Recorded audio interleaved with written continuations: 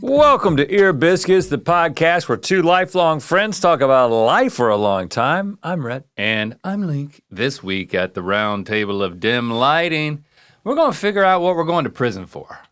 Yep. And then once we get there, what are we going to do with all the time we have on our hands? Maybe make a shank. What kind of shank? Well, we got to figure this stuff out. Better to have a plan. You don't want to just show up in prison without a plan.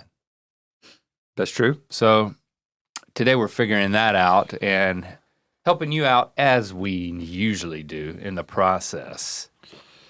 I do have a little update. I may have on your eyes? Nope. I may have just broken in to my next layer, Link. I may be laying down my next layer, if I do say so myself. And what, pray tell, is this? And it better not have anything to do with, like, I don't know, projectiles. It does. If you're a member of the Mythical Society, thank you. I am.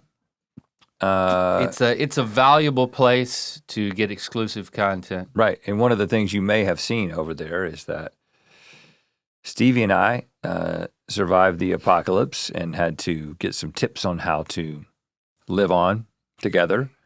From a survival expert, I was not present. You would have been there, but you died. And I died of COVID that morning. Well, I just wasn't there because I had COVID. One of the things that we did is archery. And this guy had a bunch of weapons. It's crazy. And one of them was just a bow and arrow. And, he set up this little target, and you discovered that you had a propensity. I've never done it. I've never shot a bow and arrow. Yes, you have. Well, I mean, maybe there are times in which, like, somebody was like, "Here's a bow, shoot this arrow," but like, I have no idea what I'm doing. Yeah, I mean, we were even talking about how Ben, growing up, our third best friend that we've talked about many times, he had a compound bow. Right, but I probably shot it one time. That's not what you shot in the video. You shot a non-compound a traditional bow. A compound bow, I remember from it's got pulleys. Back then. It has like pulleys and like, so once you get it, you have to pull it pretty hard. Once you get it past that spot, it locks in. It locks in, it stays there. When you let it go though, fa-doing. Fa-doing is the sound it makes. Fa-doing. Fa-doing. But you were talking about, you were shooting a regular bow. I think it was a recurve bow, but it was a traditional bow. You were certainly better than Stevie, but if I was there, would you have been better than me? Yeah. Undoubtedly. Wouldn't you have loved to have seen that? I'm safe to say yes. Wouldn't you have loved to have seen it? Even I don't remember. I haven't watched the cut. I was there, but the survival expert was like, "You never shot one of these?" I was like, I mean, since I was a kid, maybe this one time with Ben, no, and that was a different kind of thing. And so then I go on this, and so I am thinking like, oh, anytime there's something I could be interested in, I am interested in it. You know what I mean? So of course I go on YouTube and I start looking But didn't your therapist tell you to find? So I start looking at archery culture and all these archery videos and archery personalities on YouTube. Is so crazy, man. It's like, if there's something you can care about, there's people who do, and there's people who are making a living caring about it. I just love it. And so, yeah, I have been looking for something physical. I mean, I do a lot of physical things, but something that has like a therapeutic aspect, right? Mm-hmm. Because my therapist has talked about how, it would be good if you had something like a martial art or something. And I'm like, I don't want to do martial art. It's like, you gotta like go to classes and like, I don't have time for that. And you're already an artist. And so I tell him about this. I'm like, well, I'm thinking about archery. He's like, that would be perfect. And so it kind of gave me this extra little oomph to follow through. So I watched these videos and I'm like, I want to do traditional archery. I'm not like getting a compound bow and going super technical and like, I just want something that's like, there's a flow to it. And so But and hunting is not really a component of this for you. Necessarily. No, I'm not anti-hunting philosophically, but there are parts of me that like the idea of it. I did it as a kid. I haven't done it as an adult, but no, that's not the intention. But and also if you're hunting with a bow and arrow, you have to be really good because it's not like shooting an animal with a gun. It's just like, it's over if you shoot it in the right place. Mm-hmm. Bow and arrow, you can miss, and then you're like causing this animal to unnecessarily suffer. Okay, all right. So that's not your intention. No, my goal You're is to picturing be able yourself where? In your backyard with a target? Just a target, yeah, just a target. And so I figured I could get Shepard into this, and he was, when I told him about it, I was like, hey, we're gonna go and get bows and arrows. And he was like, okay, yeah, he was into the idea. Okay. Well, surprisingly, like, it's not like a lot, there's like archery people and archery clubs and stuff in LA, but there's not like an archery shop. There's sporting goods stores that have archery stuff. But I wanted to go to an archery shop because I'm a big man, if you haven't noticed, and I can't just walk in and buy a bow and arrow because like you have to like a draw length and stuff. Oh. And I wanted a long bow. So you've got like the recurve bow is like, they look like traditional bows, but literally the thing like curves back. It recurves up. It's a kind of a newer technology. And then a long bow is just like what you see in a movie, like an old bow that's just a long bow. Oh, just one piece of wood. And I call this place in Ventura, Bullock's Archery Shop. 2 hours away. An hour and 20 minutes, hour and 30 minutes.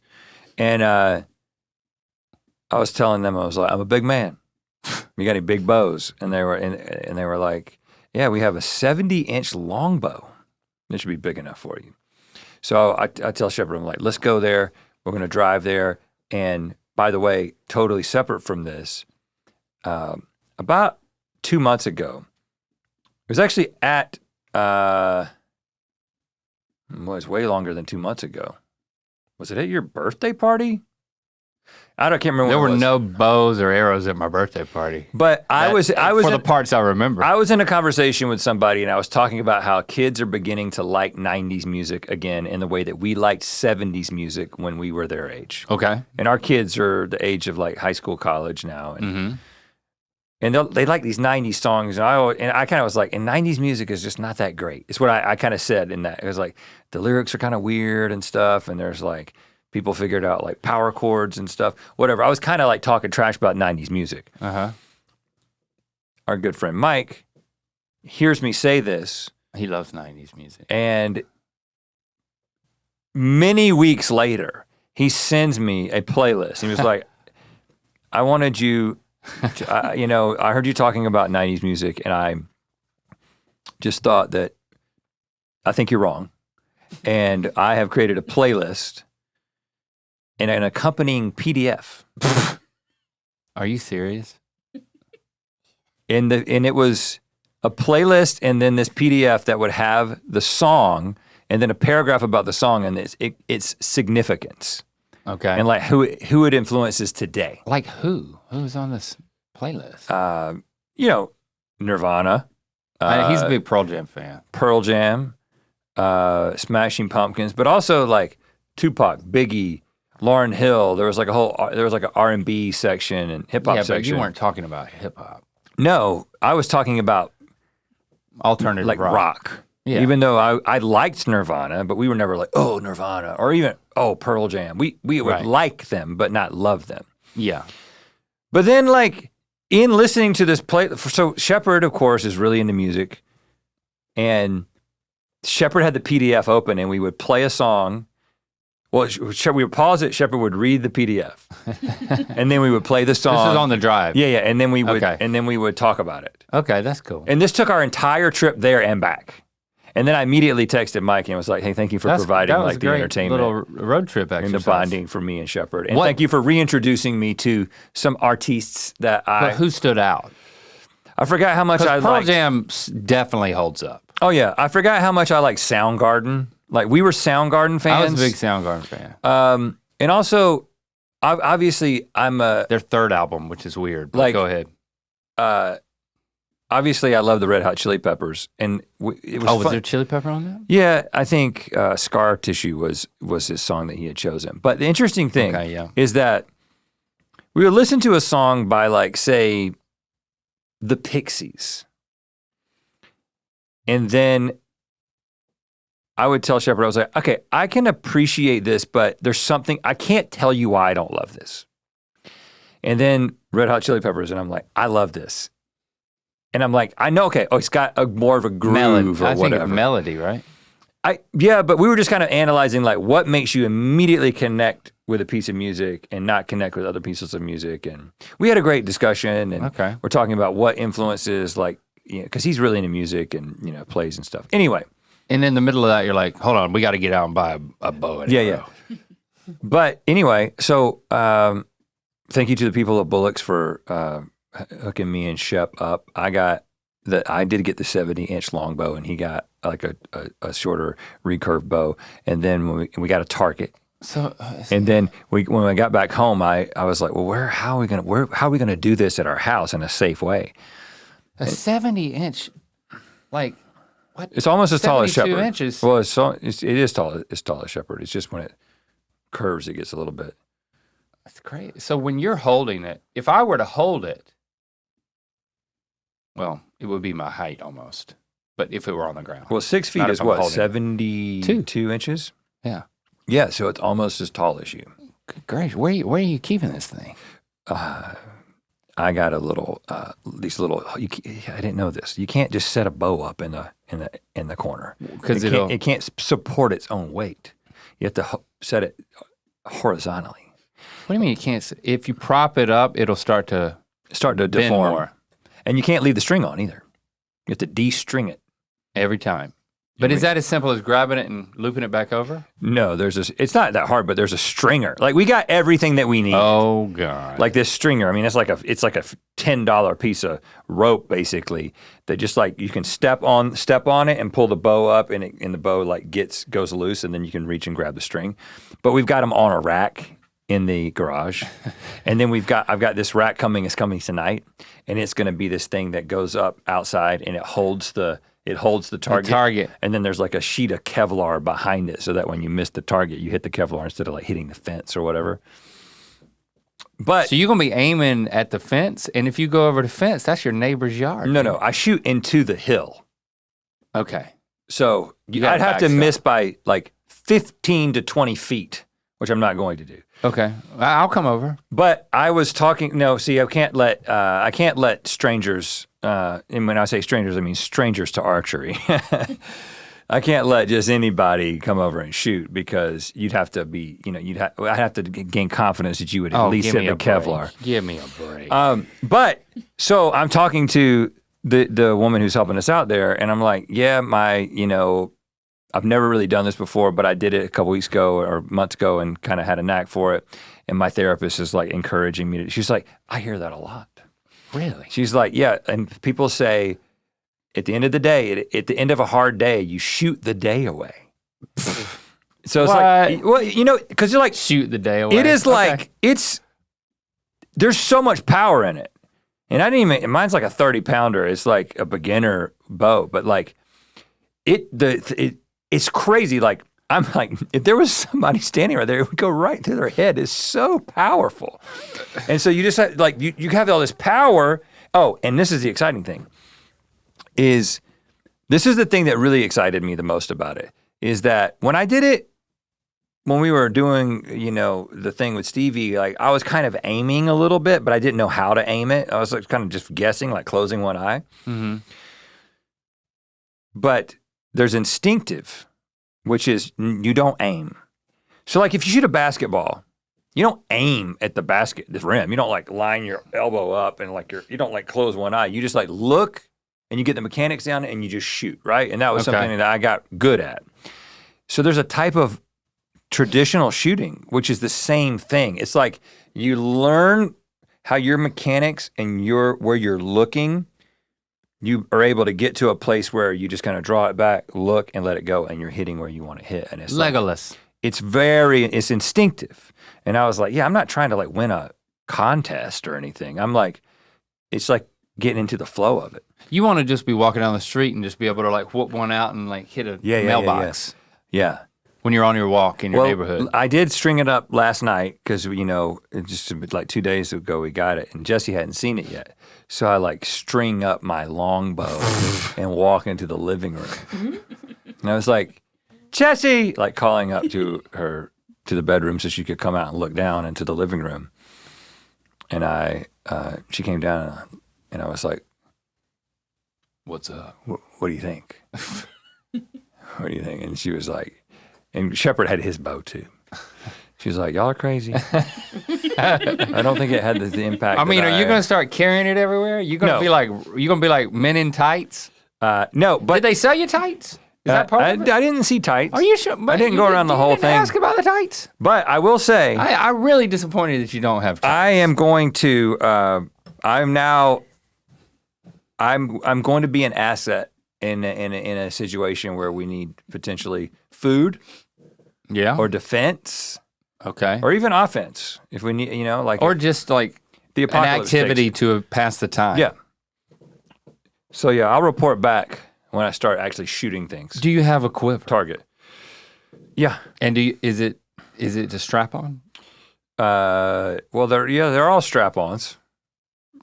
It's it's a crossbody belt. Or no, it looks a little technical. I mean, it's a belt, and it's like it's a belt, and with a can on the side. The arrows are facing like this, like the feathers are right here, so you can be like shooting and just like forward. Pull it out and put it on there instead of doing this. Do you need a license to carry it around? Yeah, you don't want it. You want it. You have it on your hip. No, you don't have it on your back. Right. Do you have to? Is there conceal and carry? You gonna have to stuff a bow down your tights? I don't know what the laws are. Well, there might be laws against this. You know what? Let's do. You look into the laws that goes with this. Okay. You bought this stuff. You need to look into the laws. This question actually may come into play in a little bit here. Oh yeah, you're talking about prison. Yeah. Yeah, I'm seeing that now. I love to eat. And it is my favorite holiday activity. I know you do. I like to cook as well. Mm-hmm. Cooking and eating, very high on the list of things I enjoy doing. Cleaning, very low on the list. Cleaning is high on my list. When it comes to getting like cookware, that's how I interact with the cookware in my house. And that's where Hexclad comes in for me. But it comes in with my family in every place. It's the cookware that's basically a holiday miracle. Hexclad has the high-end performance of stainless steel, but it's also non-stick. So when Aunt Linda's famous gravy turns into cement in your pan, it won't damage your pan or your holiday spirit. Upgrade your kitchen and your sanity with Hexclad this holiday season. For a limited time, Hexclad is giving you 10% off your order with our exclusive link. That's hexclad.com/ear. Well, I cook a lot, right? And so I cook on cast iron, I cook on stainless steel, and I cook on non-stick. And sometimes I choose one of those different mediums based on what I'm cooking. And the beauty of Hexclad is no choice. It brings it all together. It basically takes the strength of each one of those cooking methods and brings it together in one pan that is, because it has this non-stick surface, is still very easy to clean. Hexclad's 6-piece set is the perfect starter bundle to enjoy the incredible versatility of their products. The set features 6 of their most popular pots and pans with an accompanying lid that can handle all of your holiday cooking needs. And they're metal utensil safe, dishwasher safe, and oven safe up to 500 degrees. Plus they are induction ready and even have a stay cool handle so you can saute with ease. Ooh, whether you're treating yourself or looking for that perfect gift, now's the time to snag the cookware that everybody's talking about. For a limited time only, you can get 10% off your order with our exclusive link. Just head to hexclad.com/ear. Support the show and check them out at hexclad.com/ear. Bon appetit. Ooh. Let's eat with Hexclad's revolutionary cookware. Happy cooking and happy holidays. Ear Biscuits is brought to you by BetterHelp. You know what? I just want to take a moment to give a shout out of thanks to my therapist. Thank you, my therapist, who I'm not going to give the name of because I want to keep that to myself. Okay. Along with everything that I share with my therapist. Thank you for being the type of person that I look forward to sharing things with that other people don't get to hear. Well, that's great because this month is all about gratitude, and along with the people in our lives we like to give shout outs to, like your therapist, there's another person we don't get to think enough, ourselves. Oh, it's sometimes hard to remind ourselves that we are trying our best to make sense of everything, and in this crazy world, that ain't easy. Here's a reminder to send some thank yous to the people in your life, including yourself. We're huge advocates for therapy, so if you're thinking of starting, give BetterHelp a try. It's entirely online, designed to be convenient, flexible, and suited to your schedule. Just fill out a brief questionnaire to get matched with a licensed therapist, and you can switch therapists at any time for no additional charge. Let the gratitude flow with BetterHelp. Visit betterhelp.com/ear today to get 10% off your first month. That's BetterHelp, HELP.com/ear. I would like to launch an arrow. You can, but I think we're gonna have to go to a place where missing is not as consequential as putting a hole into my plastic fence. Cause it'll like put a giant hole in it cause it's like a vinyl fence. Hey, maybe you got close enough. You got close enough. Well, I mean, Shepard can do it. Did Shepard miss? No, and she said, she was like, you're a natural is what she said to Shepard. Oh, you had a firing I was like, range yeah, there. it's in the family, you know? We're natural archers. We didn't know it, Okay. but now we discovered it. Maybe you got a little elf blood. Yeah, my ears are a little bit pointed. You can't see them because of my hair. You know, the orcs are part elf. Maybe you just have orc blood. That would make more sense. I am insisting on Jesse calling me Legolas, though. You know what we're also doing? You and Katy Perry. Well, you know, we've got this channel, Mythical 24/7. It's a television channel. It's basically mythical content always on. Always running. Roku, Amazon Prime, Plex, and more. And we're gonna be running a marathon Oh, we are? beginning this Saturday and on Thanksgiving itself. So we do these holiday marathons where we're kind of centering around a theme. I'm not exactly sure what. If you have a smart What this TV, is. Samsung, Roku, whatever you got. But if you want to just know, search Mythical 24/7. you can go to the channel will pop up. mythical24-7.com, mythical24-7.com and get all the info you want about that. All right, hit us with that voicemail. Hey guys, my father is in his 60s and good guy, not a macho guy at all. But when we go to a restaurant, he orders first, and typically, customary, the woman order first. So I wonder if there's a way that I can tell him without, kind of making it awkward. And my name is Chris, and his name is Dwayne. If you want to do another podcast, I'll be sure he listens. All right, thanks. Oh, so you want us to talk directly to Dwayne and just go ahead and give him the advice so you don't have to because you're afraid it will be awkward to tell him that you should let any women at your table order first? Well, this is actually Okay. there's an interesting dynamic here because I have thought about this very specific situation, not the specific situation of women ordering first, but somebody needing some advice and just getting them to listen to the episode versus Yeah, just send him the link. just trying to translate our advice. It's easy to do on YouTube, and we're up for that, I guess. So hello, Dwayne. What's up, Dwayne? You're not too macho. You're a good guy. We like that about you. Well, That's what we've heard. yeah. The only source that we have, your son, Yep. says you're a good guy. He could be biased. Not too macho. Let's explore this for a moment, and I invite the women in the room to order Speak. first. Yeah, why not? Well, no, Oh, you gonna let them speak first? no, I don't know, because I'm not gonna encourage you to speak first. And the reason I'm not gonna do that is because maybe Dwayne is so progressive, right? Maybe Dwayne is so progressive Oh, that he recognizes, or his opinion is such that the women ordering first is based in some patriarchal system or whatever. And so he's actively fighting that by taking one for the team Yeah. and ordering first. or maybe he's just hungry, and he knows what he wants. Because typically, if you're at a group with what it doesn't even matter to gender. It's like most people aren't going to know what they want. And if he's a man who knows what he wants, maybe he's just getting out of the way by ordering first. The waiter or waitress, the wait staff should be the one who is making this decision. They should be looking. You can just defer to them. They don't always do that though. Not Okay, when Dwayne's there. You guys ready to order? Yes, I believe we are. And then you're quiet and you see who they look at first. Well, yeah, you're right. I bet you they're going to look at a woman. But here's another thing that's happening. Just saying.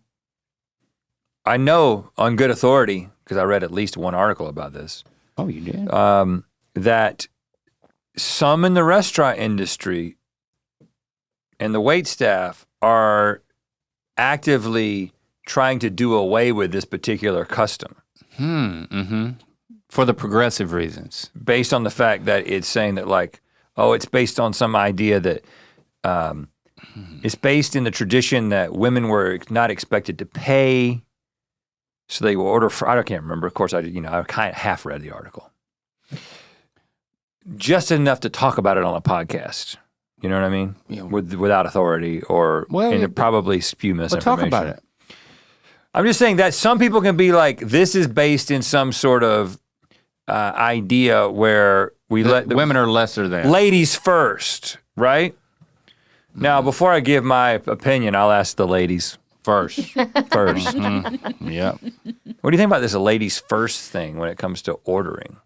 Well, for me, because I never know what I want, I always tell people, let me go last. Oh, preemptive. So I'm a preemptive, like, let me go last, because I also don't like to order the same thing as anyone else at the table, just because I'm weird like that. You have your own problems. Yeah, basically. You're indecisive, but you want to be special. Okay. Yeah. I do understand. I mean, that's a whole other topic, like not ordering the same thing as somebody else on the table. We'll have to come back to that. Yeah, put a pin in that. Because that's the thing. So you're bowing out of this personally. You always want to be last. I just want to be last. It's a lot of pressure. It's a lot of pressure to be first. Also, but I will say that if like I'm at the dinner table with my family. It's a lot for a woman to handle. If I'm at the table with my family, I'll go last, but then I usually gesture to my mom. So I guess I do kind of point to the women first, if that's the case. Okay. Jenna? I never thought about it before. I usually take cues based on the server and the other people at my table. Because also, working in the service industry so long, there's an easy way of remembering who orders what, because you go in a specific clockwise motion of like, you start with the person on your left, what would you like, and then go around accordingly. And then that's the seat number that is associated with that table. So then when you ring it up correctly in the POS system, you have your seat number. So then when the food is brought out. Oh, piece of shit. So then when the food is brought out, it could be delivered directly to the correct seat. Okay. So you don't see. So right there, you know enough about the service industry to not cramp the server's style and mix them up. Right. It's like you got to defer to their system. Yeah, I defer to the serving system. So I go off of the server. Because also when I worked at Hooters, you did ask the woman first what she would like. You always started because there were always women at Hooters. Yeah. Occasionally. Yeah. Okay, that makes a lot of sense. The practical application. So I definitely think that makes the most sense. But even in like my observation is in a fancier restaurant, the part of their system, they'll go around and they'll ask all the women at the table. Okay, well let's think about this. Just two people, a man and a woman together. There is no system at this point. Who gets to order first and why? Well, I think you need more than two people because when there's two people but there's on a lots date, of times there's two people. All right, but to me, two people, and this goes back to Jamie's thing. With me and Christy at going out to dinner, there's so much collusion going on because we're both eating off of each other's plates. I understand that. So we're coordinating orders. We're ordering collectively, and then usually one of us will order for both of us, just like summarize the whole thing. Okay. Well, that's a totally different issue when a man just says, she'll have the so-and-so and I'll have the so-and-so. No, we're deciding, and then one of us is being the spokesman. Okay. Yeah, if it is discussed ahead of time of what we're ordering, I'm perfectly fine with my date ordering my food for me. Well, if okay. we have not discussed ahead of time, I expect him to take a cue from me, and I go first. Oh, yes. Okay. All right. I think women should have it, man. Well, okay. Not that they need it. I have a But they deserve it. philosophical thing that I think might apply to things like opening the door for women, et cetera, et cetera. And that is, okay, things like letting a woman order first or opening a door for a woman may be rooted in some traditional, i.e., sexist framework. But if the whole point is to undo whatever sexism exists, I don't think the way that we do that is by taking away something that we were doing for women. Even if it was rooted in something that was kind of sexist, which again, I don't really understand. I'm sure some social psychologist or social scientist could explain this to me, why, they did this because of whatever. But I'm like, if I see a woman coming into a place, a lot of times for a man too, but if it's a woman, I kind of just like reflexively I'm going to open the door. And if I'm with a woman and I just kind of like, I let the waiter take the lead, but I'm kind of operating as if she should be the first one to order. Because I'm just thinking like, okay, yes, I am a feminist and that I believe that men and women should have equal rights. But if we're doing something in the traditional sense that is already benefiting women, let's just keep doing that. Why do we have to take that away? Does that make sense? Yeah. Well, if it's opening a door for somebody, it's not that I don't think they can open their own door. Oh, that poor woman, she probably can't open her own door, so I'm going to open it for her on this date. It's like, no, I obviously know she can open her own door. It's just a nice thing to do. It's just a nice little thing to do. Now, ordering first is just a position of, it could be a position of honor unless you're like Jamie and you're like, this is a position of pressure. So, but you can honor them and then they might defer. But I think it's just a little bit of like, I'm putting you, like you put somebody's needs before your own. And what if I want to be one of those people that doesn't order the same thing? Well, then I'm not blocking somebody out. I'm letting them order, and it's like, you know what? I give you the honor of ordering the fish, and now, because of my deeply held belief to not get the same thing as someone else at the table for reasons that I put a pin in, then I will have to eat something else because I honor your choice to take the fish. That happened to me recently where somebody was ordering. It's honor. And it went around the horn, and it was coming to me, and everybody had ordered the same thing. Like five people or something like that. It feels odd at a certain point. And it got to me and I was like, well, that's what I was going to get. And then did you get it? I changed it up. You did? I changed it up so we didn't all have the same food. Even though we weren't even sharing. But it only applies when you're sharing. But it feels weird even when you're not sharing. Well, I kind of want to see something else the restaurant does. Yeah, you want to see. Yes, exactly. You want to That's see. exactly You want to see as much as what the restaurant can offer, and you want to see other people enjoy it. Yeah. And there might be a chance they'll give you a taste of it, but they don't have to. Yeah. But that's an added bonus, but that's not the reason you're doing it. Well, I like family style, even if it's not actually family style and no one's going to share with me. I like to, in my head, imagine that I will get to eat all of these things. But I do. I just I can't decide because I love all foods. So then I just look and I'm like, I can just look. And then I can maybe ask for a taste. And then I've tried 5 dishes instead of one. Yeah. I agree. Me and Christy got in this huge fight. It was Lando, it might have been Lincoln at the time too, and Dad and Nancy. We took them out to eat in LA like a year ago. And the place was family style. And I was trying to point this out while everybody had their nose in the menu. Yeah. And it was a weird menu. And so I also thought I would be able to help Dad out a little bit so he wouldn't have to decipher what everything was, because he already had a bunch of questions.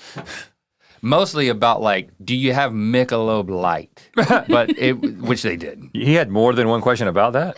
He had a lot of questions about what do you have if you didn't have Michelob Light, but you have something else like What's the closest to Michelob Light? What's the closest thing to Michelob Light? And in what way is it close to Michelob Light? In what way is it close? Like, this is a long conversation. There's a few questions. While this was happening, it occurred to me that the place was family style. So I was like, we should just get them to tell us the best things on the menu because we're going to share it all anyway. And I don't know what happened, and of course I'm just telling it from my perspective, but like something about the way that I said it deeply offended Christy. And I know you're on Team Link with this one because I've been in that I remember that time we were at that Chinese restaurant in Sydney. Oh my God, yes. Oh yeah, because I was Jenna, there for you were that. there. We told this story a couple of times. Like Rhett and Jesse start ordering, they start telling everything that they're really excited about on the menu and start ordering it basically. Okay. There was no waiter was present. We all sat down at a table, and I was like, and so my understanding was that we were going to order family style, and so I was like, I definitely think we got to do some of this so and so. I think is the only thing that I said. Then there was like a moment of, and we got to do so and so, and we got to, and then all of a sudden Christy was like, hold up a second. And I wasn't saying I not want to to order anything else. I want to order for myself. And it was like, I was beginning the conversation, and I do this. If you go out to eat with me, you know I like to eat, and You liked it. So you got people like Link, who when the menus come, he just wants to talk. He's not looking at the menu. He's not thinking about what we're gonna eat. I'm like, we're at a restaurant. We're not at a talking hall. We're at a food hall. I love talking halls. And you know what? Once we figure out what the hell we're gonna eat, we can talk all y'all want. But the sooner we figure this out, the sooner we eat. And so I will take control, not to dictate what we should order, but to make sure that like, let's figure out what we're gonna eat first. Y'all wanna do some apps? Like, I'm that guy. Yeah, that was misinterpreted as. I know what I think we all should eat. But this Peking duck is supposed to be pretty good. It was. Everybody got what they wanted. That was a really good restaurant. Yes, it was. It wasn't a great experience. What was it called? Mr. Wan or Dr. I think it was Chen. I'll have to look it in up. Sydney. It's a Chinese restaurant in Sydney. That's great. It's been so long. What were we talking about? I think, I don't think there's anything broken with letting women order first. But how'd y'all get in a fight? Oh, it was the similar thing to that when we were with Dad and Nancy, because I started suggesting things to get. I don't remember exactly how it happened, but I was like, but it's family style. We can share everything. She's like, no, let people order what they want. Let people order what they want. Why don't you just let people order what they want? I'm like, because everything can be true. Yeah. Yeah, right? we kind of retreated to our sides of the ring at that point. Yeah, from then until the food came out, we weren't talking to each other. It was one of those things. But then it got a little better because the food was decent. So Dwayne, thanks for hanging on for this conversation. Dwayne, dude, just don't order first. Let someone ask you. Don't order until somebody asks you. Okay. Yeah. Just get out of the way, dude. You're a good guy. Yeah. Dwayne, I know you're hungry. Nothing against being 60 or whatever you are. I know you're probably not making the progressive choice here, and that's fine. I know you're probably just not thinking, and you're like, I'm hungry and I want to order this stuff. But so I would just say, take a step back and see if any of the ladies at the table, seem like they want to order first. And then don't eat the food until everybody's food gets there, Dwayne. Unless they say, go ahead. Unless everybody's like, go ahead, Dwayne. Go ahead. I don't want your egg to get cold. Egg's not good when it's cold. But I do. I don't know why you ordered egg. If somebody says, go ahead. Go ahead. Don't do what I used to do. If they say, go ahead, I'm like immediately taking a bite. Just be like, you sure? So they can be like, yeah, I'm sure. And then you eat. But then don't. And then you eat until it's gone and don't talk to him until it's gone. Don't do that. That's what he does. Eating is something you can do while talking. No, Jesse's the same way. Jesse eats almost as fast as me. And we will sit down, especially if it's one of those restaurants where they bring something and then they take it away and bring something else. We realized that they would bring the food, we'd start eating, and we wouldn't say anything until it was gone. And then we'd be like, that was good. And then we would talk. Hey, at least y'all are on the same page. Because it would take 90 seconds to consume whatever it was. It's like Barbara and Sean. Yeah. Y'all going dog with it. So, but we have now become conscious of this. We're gonna be like, hey, let's take a few bites and then let's stop and let's talk. We like to eat so much that we forget about it. But now that we stop ourselves and say, hey, let's talk a little bit. But you can talk when it's over It'll because still be there. You have plenty of time when you're done wolfing it down before the next thing. So it's the same amount of talking either way. One would argue you might get more talking in by wolfing it down. But you have the opportunity to like slow down, because what happens is when the waiter comes back, sees that the thing is gone, they bring the next thing. Yeah. Mm-hmm. And we start outpacing everybody in the restaurant. And I'm like, well, I love to win, but I don't think there's a prize for this. No, you're leaving early. You know? The winner is the wait staff. They turn their table over. You're like their best. They love me. Yeah, you're their best. Jesse and I went to this Thai restaurant, and we did have some place to be. We were in and out of there in about 18 minutes. I mean, it was absolutely, as soon as we ordered, within like 3 minutes, they brought the dishes. Because it's like a place where like they're just constantly making the same stuff. And we didn't do an appetizer and we didn't do a dessert. So it was just like, we were done and I was like, I feel bad. We're about to, she's like, what else are we going to do besides sit here? We can go walk around. I was like, okay. Yeah, maybe talk, but no. Well, no, there was about 20 people in the lobby waiting to get seated. Oh, well, okay. And so I was like, well, we'll free up a table and we can go on a walk. Let's hear another. Hi, Rhett. Hi, Link. My name's Alana, and I'm here with my best friend, Izzy. Hi. She showed me your old show like years ago, so we've been following. We have a scenario for you. If you were in prison, 1, why would you be in prison? And 2, what would you make your shank out of? Okay, that's it. Love you guys. Bye. I love this question. What are we each in prison for, and what are we going to make our shank out of? Because like I said at the top, you gotta be ready for this. You don't want to just wake up one day in prison and not be prepared. So why are we there? We should think for a minute. Why? I'm actually thinking about you. Well, I know why you would be there. Because you gave me your bow and arrow? Accidental death of some sort. I was thinking about accidentally hitting somebody the other day. I'm not considering it. I'm just saying it crossed my mind. With what? Your fist? With my car. Oh. Like, what if I hit somebody? I just feel like that could happen. You got really close to that pedestrian and ended up being a fan. And yeah, and my instinct is it's horrible. I mean, like, yeah, I'm not saying I would do this. And Your instinct is to run people over? No, but it's to run after.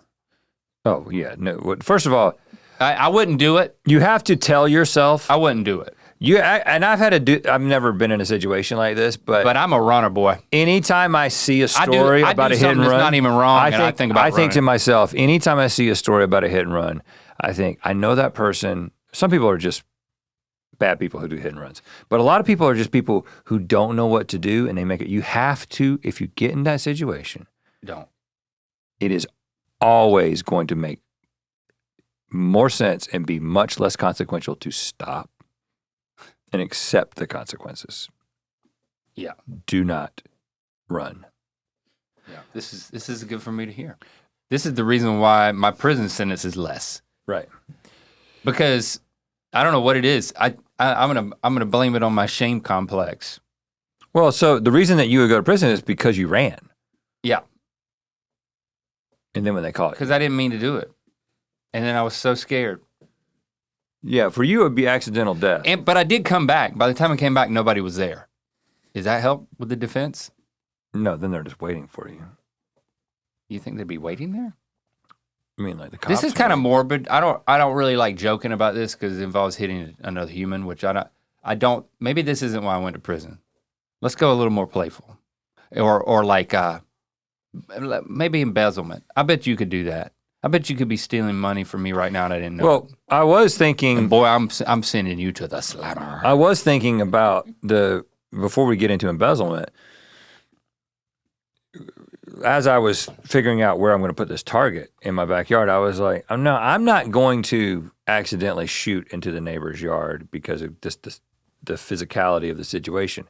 But I was like, he's above you and there's a big berm. But what if that did happen? What if there was an errant arrow and it just happened to go into someone? Like, what would the punishment for that be? Well, you could run in your house. I'd get in bed. That's what I would do. I'd run and I'd get in bed. I would get rid of all the evidence of me ever shooting a bow and arrow, and then they would bring up this podcast. Yeah. It's just like, you're screwed, man. This is premeditation. Like you were talking about your neighbor earlier. I think that this is wild. I don't think either one of us is a lawbreaker. I don't think I am. But I could imagine that somebody who was doing something for us, and I'm not saying anybody is actually doing this, but I'm just saying that, like, I could imagine a scenario in which for some reason we were, what is the word I'm looking for? Where you get drawn into something against your will and you are... Ponzi scheme.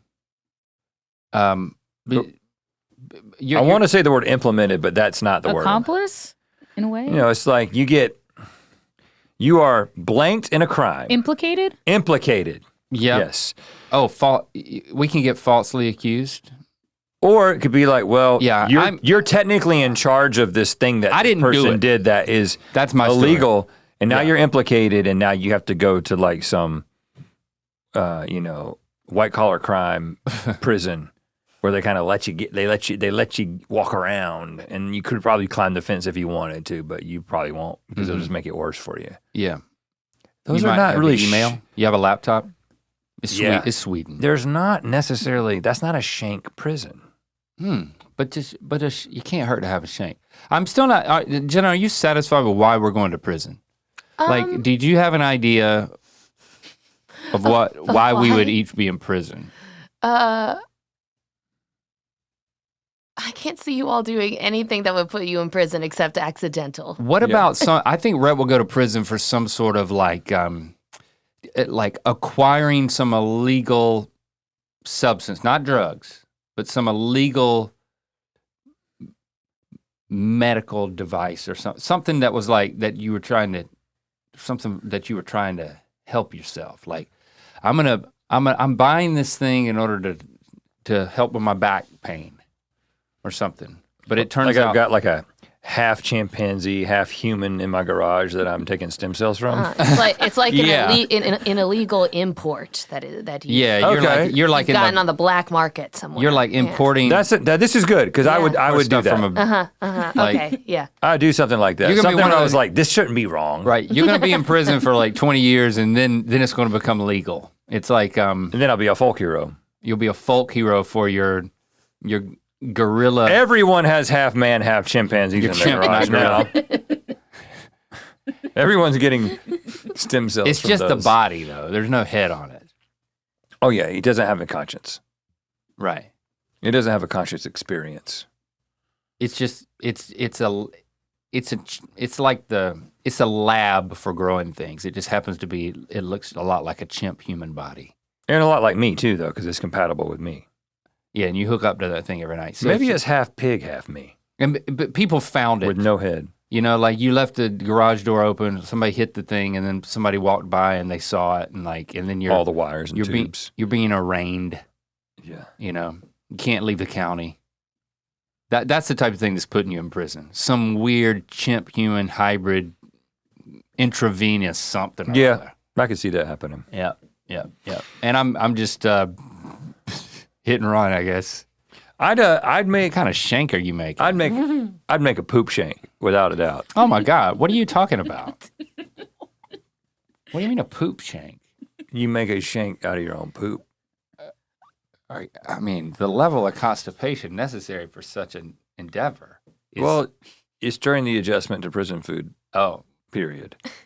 And it's still it can be as hard as a rock. And then you dry it in the right way and probably mix in some fiberglass or something. You can probably get your hands on some fiberglass. You gotta create a little bit of a substrate, and that way it's an instant infection. Oh, to whoever you shank with it. Mm-hmm. I don't want to shank. I mean, I was thinking like, what's wrong with like a good mechanical pencil? But then I think once I did shank them once with a mechanical pencil, then they're taking away my mechanical pencils. And how am I going to do my mechanical pencil art? Yeah. But that was the main thing that was keeping me lucid here in prison. So I don't want to shank anybody with something that I need for other reasons. They're not going to let you poop. They're going to make you collect it and turn it in every time. Yeah, That's going to be. You don't want to do you got that. to. There's a long play to making a shank.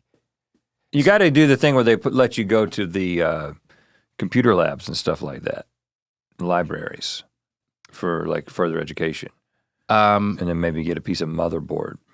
Or like you can bust open the keyboard and there's something in there. Yep. I think you could carve down the weird end of a toothbrush with your teeth. I don't think they let you. I don't know what they give you for a toothbrush in prison. Are they real floppy toothbrushes? The number of things that they have to think through like this. Yeah, I guess everything's soft in prison. Not everything. I don't know. You didn't say what you thought I'd be in for, Jenna. I didn't. But I thought we can were good see guys. like involuntary manslaughter Mm-hmm. as something that would happen. Yeah. There's actually a That'd be pretty good horrible. chance that'll happen.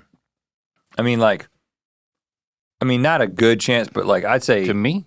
5 to 10. Like I would say that you're like if you're ranking people who might go to prison for that on a scale of 1 to 10, you're on the upper end of the spectrum. You're not a 10, but you're probably a 7 or 8. I think it would be something that would it would start with trespassing for me. Like I'm fine with being in a place I shouldn't be because I'm not going to do anything wrong. But then let's just say I get framed for something. Like there's a murder and somebody was dropped into this pit and then I just happen to be looking around.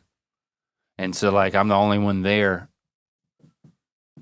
But you have a tendency to react And they find the pit. in unpredictable ways.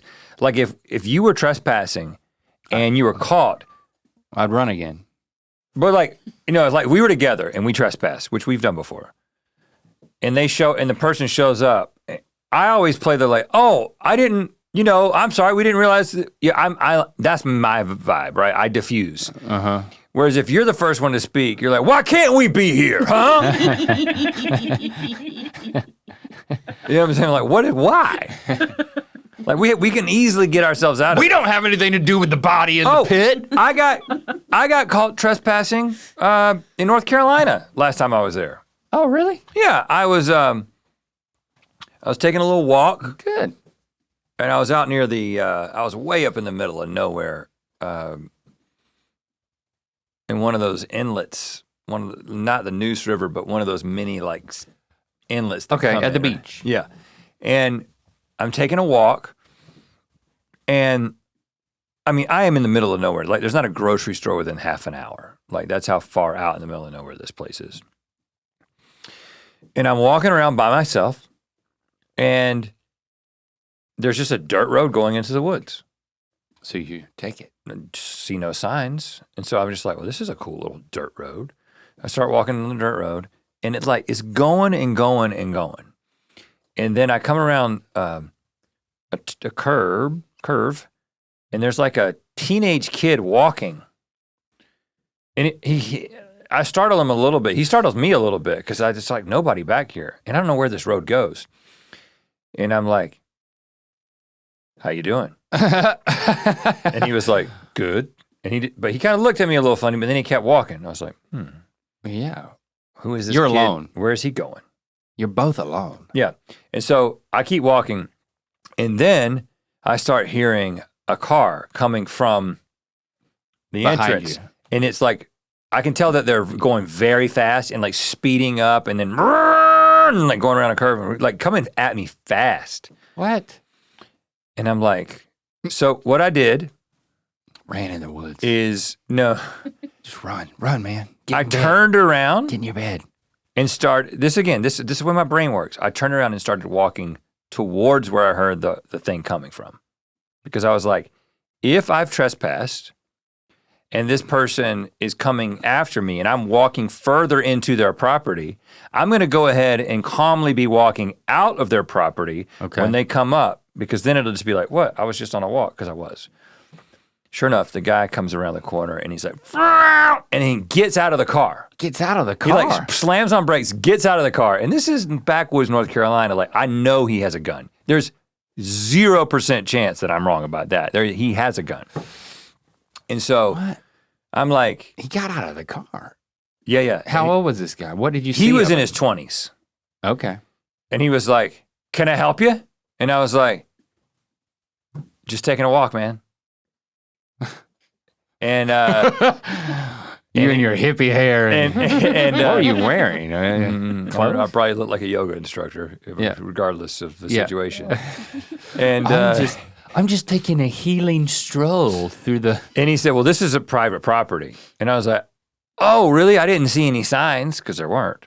And then he was like, "Well, we had a sign up, but we took it down because we're doing some work." And I was like, "Oh man, well, I'm heading, I love good work. I'm heading right this way." And then he was like, "Well, I'm not saying you're a bad person." He said, I'm not saying you're a bad person. Listen, did you feel like he was saying you were a bad person? What I'm saying is that I'm just telling you my diffusing skills. I made him apologize to me. He ended up apologizing to me. Wow. Because he was like, I'm not saying you're a bad person, but we have a lot of crazy people around here. Damn, I would have killed him and had to bury him in the woods. And he's like, just a couple weeks ago, there was a naked man coming through here. Yeah, I meant to tell you about that.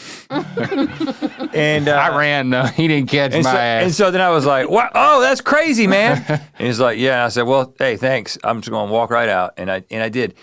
But again, he's commiserating with me, telling me about naked men. He said, I'm not trying to say you're a bad person, but there's a lot of crazy people around here. So what I'm saying is, if you had been either by yourself or with me, you'd be dead. Well, somebody would be. Yeah. Yeah, because he was ready. He was ready to fight. Woo, he came in hot. And was the other person in the cab of the truck? I don't know. I didn't see. The kid? I didn't see. It was a SUV. He may have been in the back. And if you had that bow and arrow, though, then I would have been a threat. I would not just walk into the woods on some random dirt road with my 70-inch long bow. You can't just be going around with that thing. You're a target at that point.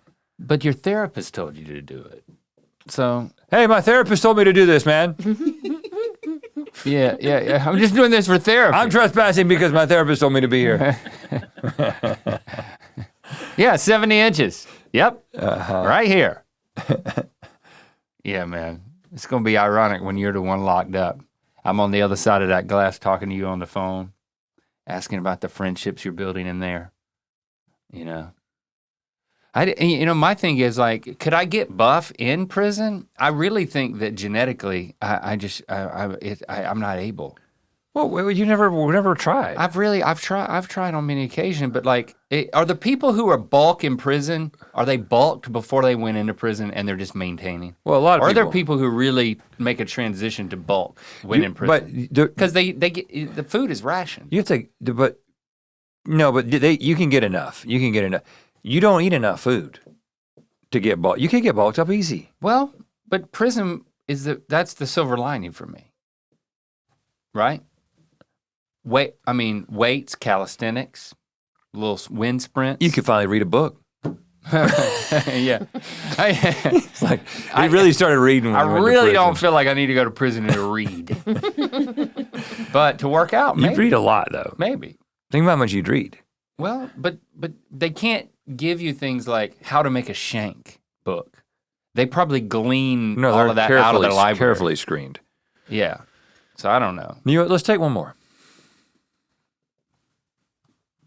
Hey guys, this is Katrina calling in from Madison, Wisconsin. I'm super excited to finally be calling in. I watch every single episode of Ear Biscuits, and I've just always really wanted to call in. My boyfriend and I, we've been dating for 2 years and counting. We're very happy, green flags all around. Oh. But I've been noticing this pet peeve of mine that's been developing for some time now, and I don't know what to make of it. And it revolves around his fashion sense. I would call it out of date. I also don't think it's the most flattering to his physique as it could be. And lastly, like the caliber of our outfits, particularly on date nights, is pretty different. And so I don't really know what to make of it. Should I, as his girlfriend, help him out? Or am I being an asshole, and is this something super superficial? Have you guys ever had this issue in your relationships? And if so, what did you do? Really looking for your advice here. So thank you guys so much in advance. Wow. Is it superficial to have a negative or critical opinion of your significant other's fashion choice? Or lack thereof? It doesn't seem like he's making many active choices when it comes to what he's wearing. Well, to be clear, yes, it is the definition of superficial. It's the outer layer. However, it's a little bit of superficiality is, part of our culture. I mean, look at us. You know what I'm saying? Like, it's just look at him. You got to know that it's superficial, but there's nothing wrong with it. But again, because this is about matching the energy here, right? Like if you didn't care about it and he didn't care about it, which you all know that couple. Right. You all know the couple that doesn't care about. And that's fine. They're matching their energy. That's good. But it's the mismatch in energy here that we have to rectify because you obviously do care about it to a certain extent. Well, and it doesn't have to be a complete match. No. And you don't have to have the same fashion sense as your partner, and you don't have to look exactly the same. Like I would not ask Christy to go out on the limbs that I go out on at times. Yeah. But you got to be within. You got to close the gap a little bit here, and there's a couple of ways you can do that. One way that we should consider is going off of the indication that he doesn't care personally. Because if his stuff is outdated, that means he's not actively looking and trying things that, say, aren't working. It's just that he's not trying anything. He's not adding to his repertoire. And I would say 4 times out of 5, roughly, a person who dresses in this way actually would like a little bit of help. Doesn't have direction. So 20% of people are just like, no, I don't care. Like, I literally do not care. But most people are like, yeah, but they can be kind of afraid to begin. Like, some people got bad haircuts. Let's just be honest. A lot of people got bad haircuts. And there's a lot of people who know that they have a bad haircut. They wish they could fix it, but they don't know the idea of making a change is so intimidating to them and so like, I don't like to draw attention to myself. I don't want to, like, who do I talk to about this? Like, I'm just, you know what? The easiest thing to do is just to stay with this bad haircut, even though they know in their heart of hearts it's a bad haircut. But there's only some people, a small percentage of people who have a bad haircut, know it and don't care. Right. You know what I mean? So you got to assume that he actually is willing to accept help, but just doesn't know how to help himself in this situation. But you might end up in an extreme place where instead of there being something collaborative, now you're just in charge of dressing the guy. And there's scenarios where that works, but I'm not a big fan of that. Well, you're not a big fan of that because you like to take control of your own fashion. But there's a lot of guys who, if their wife would just dress them, they would be incredibly happy. Or their girlfriend would dress them. I'm just saying. Yeah. And I think that can be a beautiful arrangement. And you could probably do it without taking them shopping too, because then it's just like you can take stuff back, take stuff home, have a little fitting, make a little thing out of it. Make him be a model for you. Well, you need to do that. What is that thing? Dangle a little sex. I think they were a sponsor. No, we don't need to manipulate with sex at this point. Oh, okay. Yeah. Not yet. Let's see if we get there. Okay, all right. There was that service. I think they were a sponsor at one point. Stitch Fix? Yeah. Or the other one? Or the other one? There's ones where they'll send you the things, and then like you can just get it for him as a gift. Yeah. And just be like, hey. If you don't like the stuff, you send it back. And if you like it, you wear it. Yeah, that's the whole idea. There it is. I mean, I don't know right there. if they've got the stuff that you're after. It's different. there's different genres, but it like you could have like business or business casual, or you could have like active wear or something like that, and then you can work within that. And nothing's really that risky, you know. They put it together for you, just wear it. That seems like the easiest thing. Yeah. And it's a subscription service. I mean, if we were sponsored by it, we'd be saying the name right now, but I mean, that was in the past. But there is a completely different avenue that you could take, which may be equally advisable. Body paint. No, what I was going to say is you stop caring. Oh. Because. No. What? Hey, listen, because here's what I'm going to say. I actually aspire to be less superficial. I just can't bring myself to do it, right? And so I've kind of given up on it.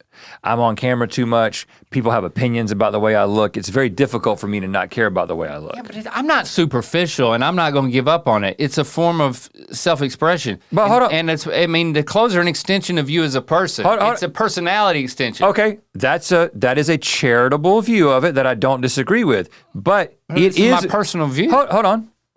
But if there's a monk. I feel attacked. Okay, hold on, but let's just be, I started by saying that I was superficial. So what I'm saying is that I know. That part didn't attack me. I'm more superficial than a monk, right? And I think that monks are probably happier people. That if we all just said, you know what?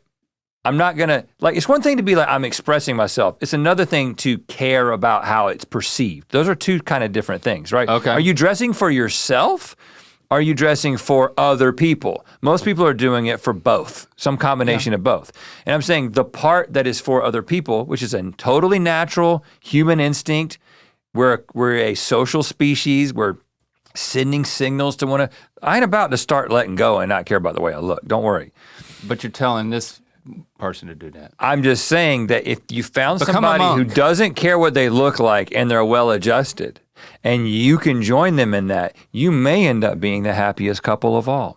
There may be a happiness quotient that you will achieve that the rest of us superficial people are incapable of. I don't want to hold you back from that if that's an option. I'm just saying you could settle if you can't make it to that high mark, which you shouldn't. Capsule collection. I mean, just stuff you can throw together and mix up. If you have like 5 different things, you see those TikToks where it's like, there's the men with the suits and they're like, brown suit, gray suit, black suit, navy suit, and then 2 black turtlenecks, 2 cream turtlenecks, and then you can switch everything. I always get a kick out of those. I don't really do that, but I just think that's an answer, and I can just see it in a closet, and it makes me really secure feeling that like, oh, I can, and that's why I started wearing more. I like wearing a white T-shirt, and then I like putting different stuff around it. And if you can be a white T-shirt person with different stuff around it, but like having a way that you can approach where it's not like, well, my wife told me to wear this, and now that's the one thing I got to wear, and until I got to save enough money to get 8 of those, 8 outfits. No, you don't want outfits. You want pieces you can mix and match. But you can get someone to do that for you.